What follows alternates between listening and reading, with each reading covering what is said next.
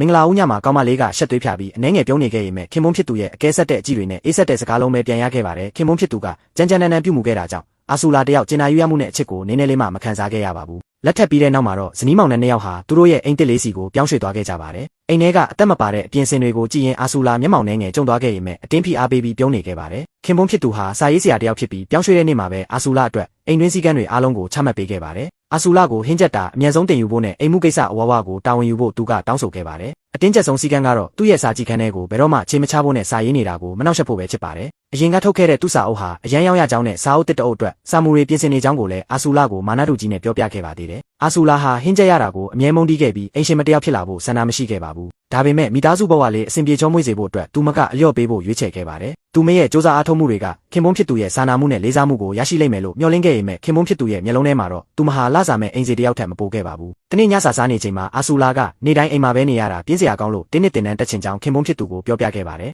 မထင်မှတ်ပဲဒီစကားကိုကြားချင်းပဲခင်မုန်းဖြစ်သူဟာဒေါသတွေပောက်ကွဲသွားခဲ့ပါတယ်သူရှာထားတဲ့ပိုက်ဆံတွေကသူမတုံးဖြုံဖို့မဟုတ်ဘူးလို့ပြက်ပြက်သားသားပြောဆိုလိုက်ပါတယ်ဒေါသကိုထိမရတော့ပဲစားပွဲခုံကိုသူမရဲ့ဗိုက်စီအားပြင်းပြင်းနဲ့တွန်းတိုက်လိုက်ပါတယ်အာဆူလာတယောက်ချက်ချင်းပဲပြင်းထန်တဲ့နာကျင်မှုကိုခံစားလိုက်ရပြီးဇဝေးဇဝါတွေနဲ့ပြည့်နှက်သွားခဲ့ပါတယ်မင်္ဂလာမဆောင်ခင်ကအရန်ကိုကျင်နာတက်ခဲ့တဲ့ခင်မုန်းဖြစ်သူဟာဘလို့လုပ်ပြီးလုံးဝကိုပြောင်းလဲသွားရတာလဲဘန်ဝန်ထမ်းနှစ်ယောက်အကျွေးလာကောက်တဲ့အချိန်ကျမှပဲအာဆူလာတယောက်အမှန်တရားကိုသဘောပေါက်သွားပါတော့တယ်သူမရဲ့ခင်ပွန်းဟာစာရေးဆရာလုံးဝမဟုတ်ခဲ့တယ်လို့ပဲစာအုပ်မှလည်းမထုတ်ဝေခဲ့ဘူးပါဘူးသူဟာလောင်းစားသမားအစ်စ်တယောက်ဖြစ်ပြီးအင်ကိုတောင်ဘန်မှာပေါင်နှံထားတာကြာနေခဲ့ပါပြီအာဆူလာကမယုံနိုင်တာကြောင့်မြင်နေရတာတွေကိုအတီးပြုတ်ဖို့ခင်မုန်းဖြစ်သူရဲ့စာကြည့်ခန်းထဲကိုအပြေးလွှားဝင်သွားခဲ့ပါတယ်အဲ့ဒီမှာတေးသေးချာချာရေးသားထားတဲ့စာမူတွေမရှိပဲစာမျက်နှာတွေပေါ်မှာရှုပ်ပွက်နေအောင်ရေးချထားတာတွေလည်းရှိနေပါတယ်ဒီအချိန်မှာတော့သူမလက်စားခံလိုက်ရပြီဆိုတာကိုအာဆူလာသိရှိသွားပါတယ်ဝမ်းနေနေဖို့အချိန်မရတော့ပဲဒီအိမ်ကနေတက်နိုင်သမျှအမြန်ဆုံးထွက်ပြေးဖို့ပဲသူမဆန္ဒရှိပါတော့တယ်ဒါပေမဲ့တကားဝကနေအပြင်ထွက်လိုက်ချိန်မှာပဲအိမ်ပြန်လာတဲ့ခင်မုန်းဖြစ်သူနဲ့တဲ့တဲ့ကြီးသွားတော့မိပါတော့တယ်